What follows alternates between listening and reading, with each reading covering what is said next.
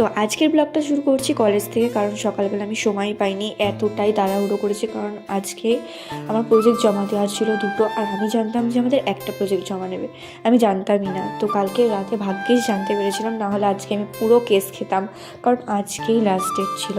তো যা হোক করে সকালবেলা আর কি প্রজেক্টটা লিখেছি, তারপরে এখানে চলে এসেছিলাম সেমিনার হলে, কারণ এখানে সিগনেচার করানো ছিল।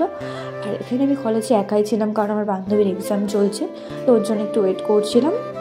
তো তারপরে চলে এসেছিলো 5 মিনিটের মধ্যে। তো তারপর আমরা খেয়েছিলাম এখানে চুরমুন।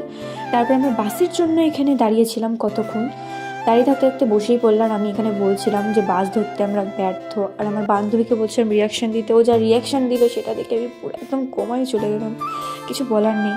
তো যাই হোক, কোমা থেকে বেরিয়ে এসে আমি চলে আসছি বাড়িতে। তো তারপরে বাড়িতে এসে আর কি প্রিন্সের জন্য যে গিফটটা কিনেছিলাম সেটা আর কি আজকে এসেছিলো, তো ওকে সেটা দিলাম। আর আলু ভাতে ভাত খেয়েছিলাম, কারণ আমি আজকে নিজে রান্না করিনি, আর বৌদি ওটাই রান্না করেছিল, তো ওটাই দিয়েছিল আমাকে। তো এখানে আমি ডগিস ভাইয়াকে আর কি বলছিলাম খেতে, কারণ আমি তো যেহেতু রাত্রেবেলা ভাত করি না, সেহেতু কিছুই থাকে না সেরকম, আমি তো মনিটরি কিছু খেয়ে নিই। তো সেই জন্য আমি ওকে হচ্ছে গিয়ে বিস্কুটই দিয়েছিলাম, আর ও ভয় পাচ্ছিলো তবুও দিয়েছি। তো টাটা।